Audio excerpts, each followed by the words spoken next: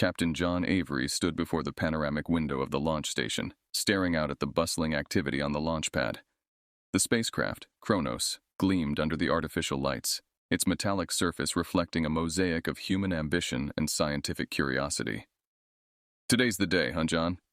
The voice came from his second-in-command, Lieutenant Marco Diaz, who approached with a clipboard clutched under his arm. John turned, a slight smile breaking his usual stoic demeanor. "Looks like it, Marco. Still can't believe Command greenlit Gaia as our destination." Marco nodded, his eyes scanning the final pre-launch checklist. It's a big step. First manned mission beyond the Kepler belt. Makes you think about the endless possibilities, doesn't it? As they talked, Dr. Emily Singh, the mission's lead scientist, joined them. "Possibilities and dangers," she interjected, her tone a mix of excitement and caution. "The probe sent us data, but there's a lot we'll be discovering firsthand." "Exactly why we're going," John said, turning his gaze back to the ship. "To see the unseen, learn the unknown." Marco chuckled, tapping the clipboard. "And to keep us all in one piece while doing it, right, Captain?" "Right. Safety first, always," John affirmed. He then clapped Marco on the shoulder. "Let's gather the crew. It's time for the final briefing." In the mission control room, the rest of the Kronos crew had assembled. John surveyed the room. Each face reflected a blend of nerves and determination, from pilot Sophia Chen to engineer Alex Rios. He stepped up to the podium, clearing his throat as all chatter died down. "Team," John began, his voice steady and commanding, "today we embark on a journey to Gaia. Each of you has been chosen not only for your skills, but for your ability to adapt and overcome. This mission asks more of us than any before. We're not just explorers, we're pioneers." Sophia leaned over to Alex, whispering, "Hope this ship is as ready as we are." Alex grinned back. "She's ready. Spent the last week double-checking every bolt and panel. If something goes wrong, it won't be the hardware's fault." John continued, "Our primary objective is to assess Gaia's habitability. Dr. Singh and her team will lead the research operations. Emily, anything to add?" Emily stood, her eyes sweeping across her colleagues. "Thanks, John. Our mission is groundbreaking but challenging. The data we've collected so far is promising yet incomplete. We'll be conducting a range of experiments, from soil samples to atmospheric analysis. Every piece of data is crucial." The room filled with the soft hum of agreement and the weight of impending responsibilities. "And let's not forget," Marco added, stepping beside John, "keeping communications open with Earth is critical. We need to document everything, as we're the eyes and ears out there." "Right," John agreed. "We launch in 2 hours. Use this time to double-check your stations and gear. At 1300 hours, we meet in the docking bay for suit-up and final inspections. This is it, team. Let's make history." As the crew dispersed, the energy was palpable. They were about to undertake a mission that could redefine humanity's place in the cosmos. John watched them go, a sense of immense pride and a trace of anxiety mingling within him.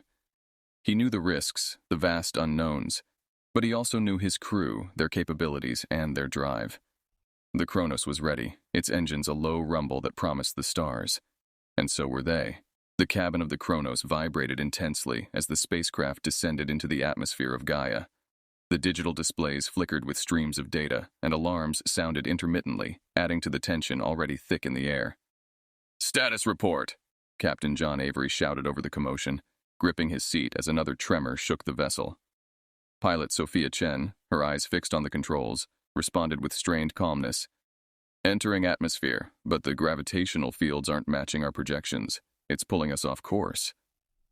John glanced at the navigation data streaming in. The numbers didn't add up. "Can you correct it?" "I'm trying, but the thrusters aren't responding effectively." Sophia's fingers danced across the control panel, attempting to stabilize their descent. Beside her, Lieutenant Marco Diaz monitored the spacecraft's structural integrity. "Hull stress within limits, but we're pushing it, Captain. We need to find a way to slow down." In the science bay, Dr. Emily Singh clutched a rail, her team strapped into their seats. She watched her monitors display the atmospheric composition, data that was crucial yet momentarily secondary to their survival. John made a quick decision. "Alex, manual override, now!" Engineer Alex Rios, already on it, called back, "Switching to manual. Sophia, you'll have direct control." Sophia nodded, her focus unbreakable. "Got it. Everyone hold on, this is going to be rough." The Kronos bucked wildly as Sophia expertly maneuvered through the turbulent atmosphere. The ship groaned under the strain, a haunting sound that echoed throughout the cabin. John watched the altimeter rapidly decrease. "Prepare for impact. Brace!" The crew tensed, securing themselves as best they could. With a deafening crash that sent shockwaves through the cabin, the Kronos slammed into Gaia's surface. The impact was less a single moment and more a drawn-out battle against the forces of nature as the ship plowed through thick alien foliage before finally coming to a jarring stop. Silence fell. The only sounds were the hisses of failing systems and the crew's heavy breathing. "Report!" John's voice cut through the stillness, authoritative yet filled with concern. One by one, the crew checked in. "Pilot's console operational," Sophia reported, checking her systems. "Navigation is down, but life support's holding," Marco added, assessing the damage to their tech. "Science bay is secure, equipment intact," came Emily's voice, a touch of relief in her tone. Alex unstrapped himself, floating in the low gravity. "I'll check the engine room. We might have some leaks." John nodded, relieved but alert. "Okay, we're down, but not out. First priority is to stabilize the ship and assess our location. We need to know what we're dealing with outside." He stood, steadying himself against the sway of the ship. "Sophia, work with Marco to get us a visual on our surroundings. Emily, start scanning for any biohazards or atmospheric anomalies. We need to be sure it's safe before we step out." As the crew sprung into action, John's gaze lingered on the viewport, where the alien landscape sprawled before them. It was a world of towering plants and thick mists, a stark, wild version of Earth that none of them could have anticipated. With a mixture of dread and wonder, John realized the enormity of their situation. They were not just explorers anymore. They were survivors on a planet that mirrored Earth millions of years in the past. And now, their mission was not just to explore, but to endure. In the dim light of dawn on Gaia, Captain John Avery and his team suited up for their first expedition outside the damaged Kronos. The airlock hissed as it sealed, and John felt a familiar thrill mixed with the stark reality of their precarious situation. "All right, let's move out carefully. Stay in visual range at all times," John instructed, his voice firm through the comm system in their helmets. Sophia Chen took the lead, her steps cautious on the unfamiliar terrain. The ground was spongy, covered with a thick layer of moss and undergrowth that was unlike anything they had seen in their training simulations on Earth. The team ventured forward, their path lit by the soft glow of their suit lamps. The forest around them was alive with sounds, alien calls and rustlings that hinted at unseen creatures lurking in the dense foliage. Suddenly, a loud crack pierced the air. The team froze. From the thick ferns to their right, a massive creature emerged. It stood on 4 sturdy legs, its skin a rough, mottled green that camouflaged perfectly with the environment, its eyes, large and unblinking, fixed on the humans. "Steady," John murmured into the comm, his hand signaling the team to stay calm. "Emily, any idea what that is?" Dr. Emily Singh, who had been collecting samples nearby, slowly turned to observe. "It looks like a theropod, but not any species we know of. Possibly a relative of dinosaurs from our Cretaceous period." The creature tilted its head, studying the small group with what seemed like curiosity rather than aggression. After a tense moment, it turned and lumbered back into the forest. Exhaling slowly, John looked at his team. "Okay, no sudden moves. We need to respect their territory. Let's not give them a reason to see us as a threat." They continued their exploration, collecting samples and data. The atmosphere teemed with a high oxygen content, supporting the lush, oversized flora. It was Earth-like, yet distinctly alien in its vibrancy and biodiversity. "Look at this," Alex Rios called out, gesturing towards a strange, flowering plant. Its petals opened in response to their lights, revealing a bright, bioluminescent core. "Remarkable," Emily said, approaching to take a closer look. "It's using light to attract pollinators at night. Smart adaptation for survival." As they moved deeper into the forest, the reality of their situation sank in deeper. They were walking through a world that mirrored Earth's distant past, yet they were as alien here as any extraterrestrial visitor would be on modern Earth. The exploration revealed not just the wonders of Gaia, but also its dangers. Sudden shifts in the terrain and unknown animal calls kept them on high alert. After several hours, John called a halt. "Let's head back to the Kronos. We have enough samples to start some real analysis. Great work, everyone. Let's keep this up and stay sharp." The return trek was uneventful, but the sense of unease remained. As they approached the ship, Sophia voiced the question on everyone's mind. Captain, do you think we're alone here? As in, the top of the food chain? John glanced back at the looming trees, shadowed and silent. I'm not sure, Sophia, but I intend to find out while keeping everyone safe. Let's get inside and review the data. We need to understand exactly what kind of world we found ourselves in. As the airlock sealed behind them, the crew felt a mix of relief and trepidation. They had survived their first encounter on Gaia, but it was clear that this ancient and wild version of Earth held many more secrets to uncover. Back inside the confines of the Chronos, the crew gathered around the main console, their faces illuminated by the glow of data screens. Captain John Avery stood at the forefront, his eyes scanning the environmental reports and creature analysis provided by Dr. Emily Singh. This is fascinating, Emily began, pointing to a series of images displayed on the screen. The flora and fauna here are not just similar to Earth's ancient past. They are almost exact replicas of species we believed extinct for millions of years. John leaned in, examining the detailed diagrams of the theropod-like creature they encountered. So, essentially, we're walking through a living museum of Earth's history? More or less, Emily confirmed. But there's something else that's puzzling me. She switched the display to show a series of atmospheric samples. The air composition here matches prehistoric Earth almost perfectly, which shouldn't be possible naturally on a different planet. Lieutenant Marco Diaz joined the discussion, his brow furrowed in thought. Are you suggesting this isn't a coincidence? That Gaia was terraformed to mimic Earth? It's one theory, Emily admitted. But by whom? And why? As the team pondered the implications, engineer Alex Rios shifted the conversation toward their immediate concerns. Terraformed or not, we've got bigger problems. Our power systems took a hit during the crash. If we don't start repairs, we're not going to have enough energy to sustain the ship or continue our research. John nodded decisively. Okay, prioritize the repairs, Alex. Marco, help him out. Emily, continue your analysis with Sophia. I want to know everything we can learn about this planet. The more we understand, the better we can prepare for any other surprises Gaia might throw at us. The crew split up, each member attending to their assigned tasks with renewed urgency. John remained at the console, his mind racing with the implications of their findings.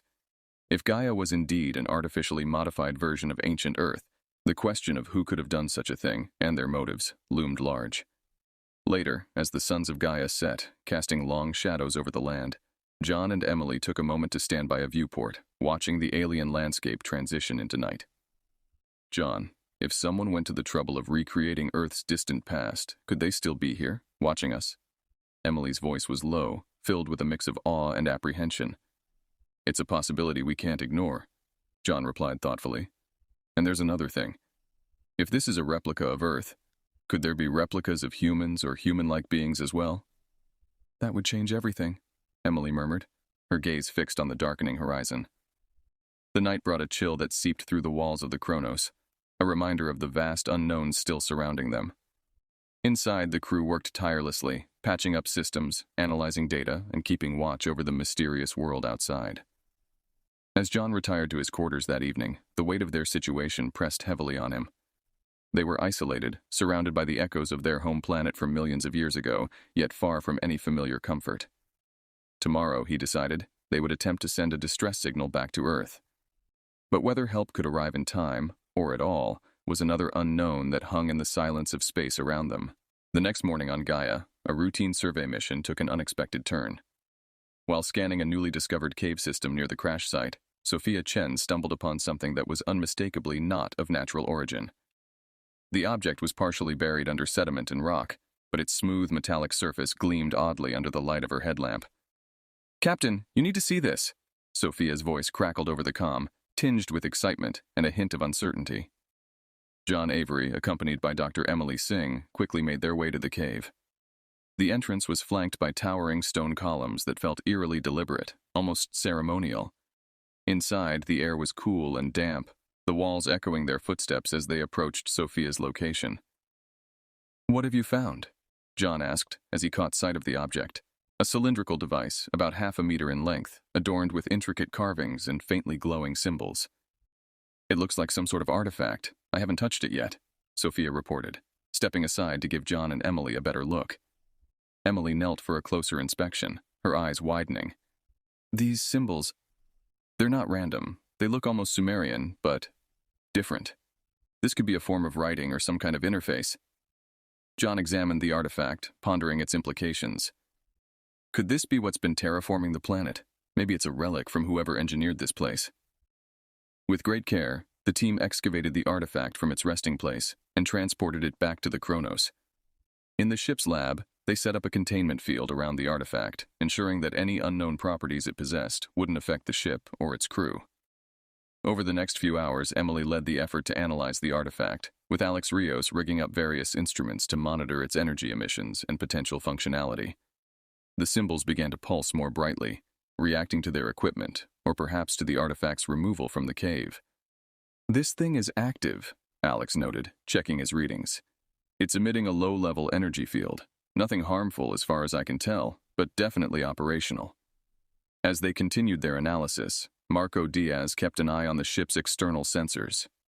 "Captain, there's something you should see," he called over to John, who was observing the artifact with Emily. "What is it, Marco?" John replied, moving over to the console where Marco was stationed. Marco pointed at the screen displaying a thermal imaging map of the surrounding area. "There are heat signatures coming from the direction of the cave. Lots of them moving towards us." John's expression hardened. "Prepare for possible contact. It could be wildlife attracted by the artifact, or something else." The crew took up defensive positions around the Kronos, watching as the shapes materialized from the forest. They were not the massive creatures they had encountered before, but humanoid figures, moving with purpose and intelligence. "They look like us," Emily whispered, disbelief in her voice. "Yes," John agreed, his mind racing. "But who are they, and what do they want?"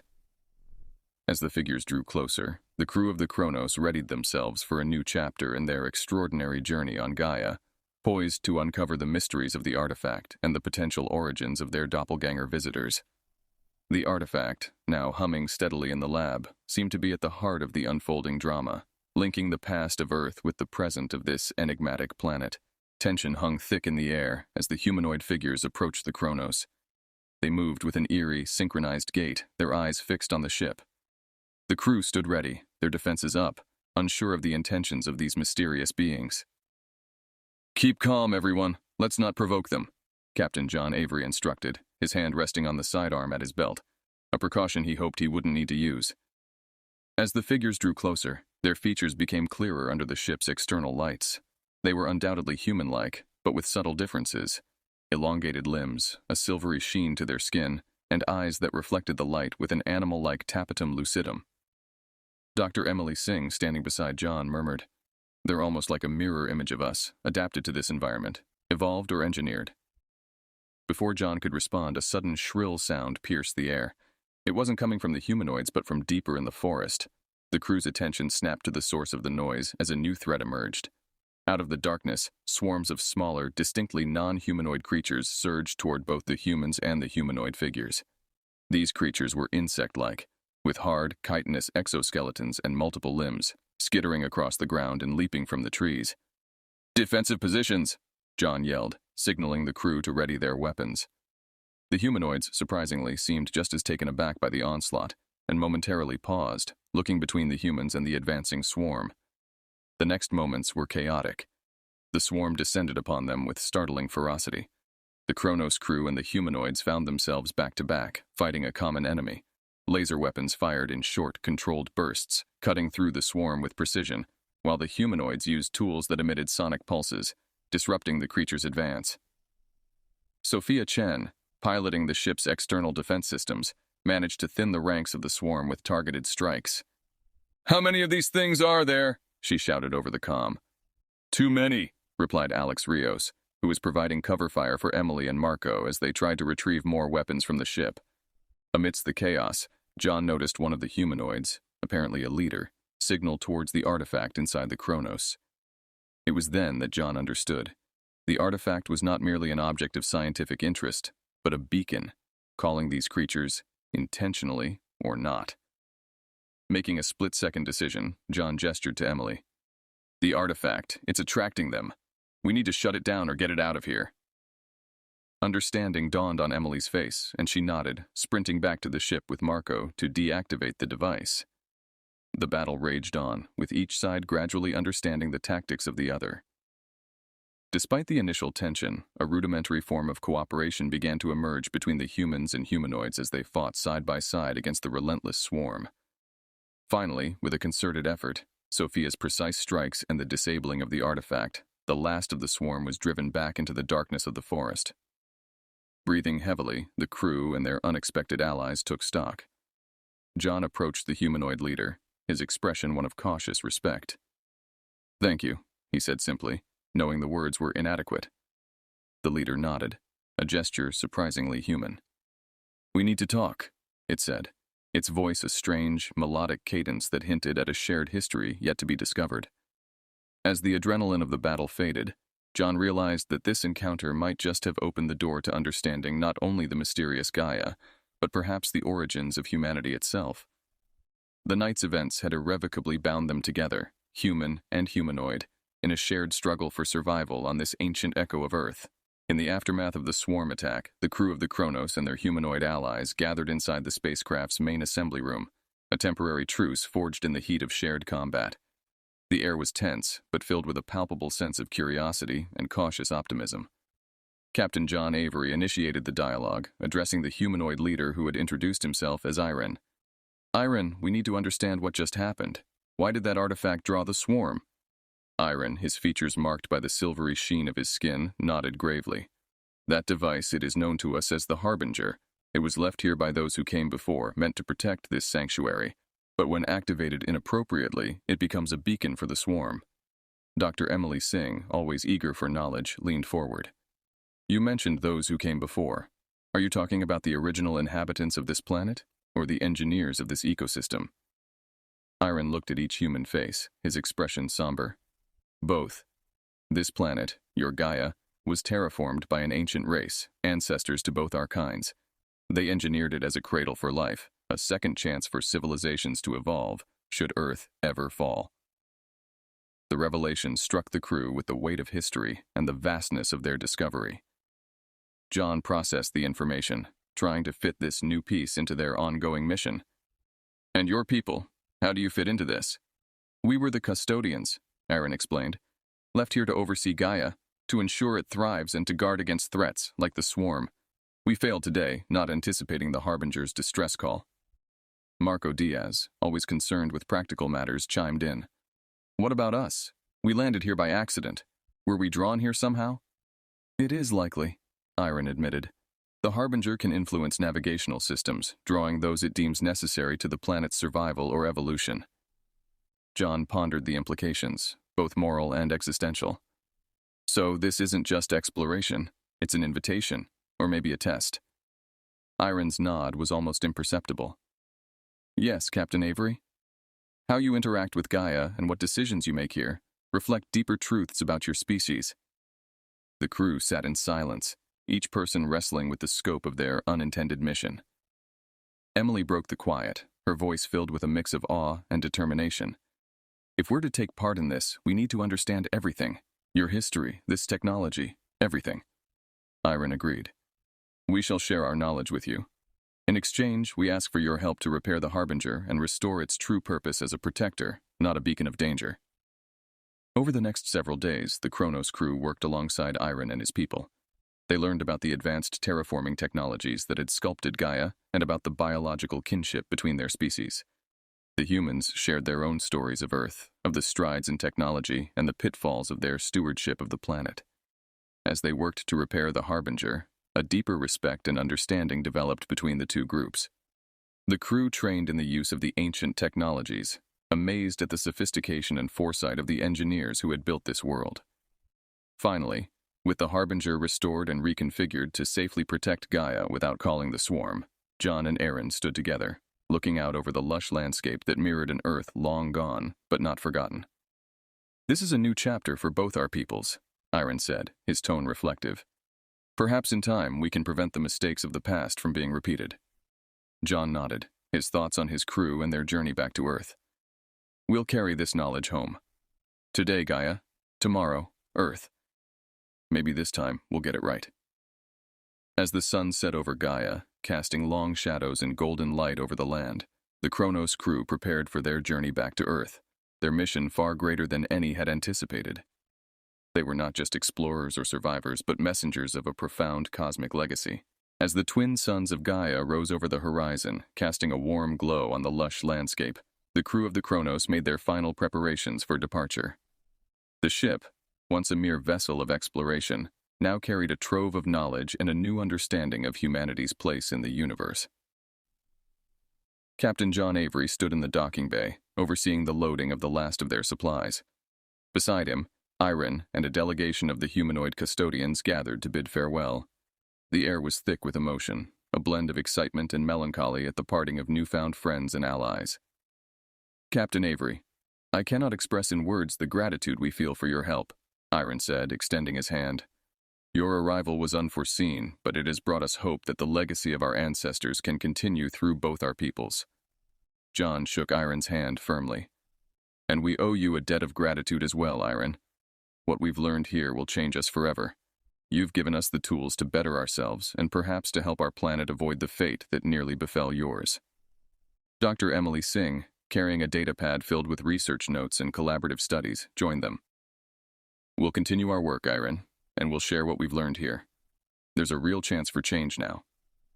Iron nodded, his eyes reflecting the dual sun's light. The universe is vast, and its mysteries are profound. You carry with you a spark that can kindle a great fire of change for your world. Guard it well. As the final checks were completed, the crew boarded the Kronos. Sophia Chen, now at the helm, initiated the launch sequence. The engines hummed to life, a deep, resonant sound that spoke of power and readiness. John took one last look at Gaia, the wild beauty of its untamed landscapes etched in his memory. Then he turned to his crew. Set course for Earth. It's time to go home. The journey back was quieter, reflective.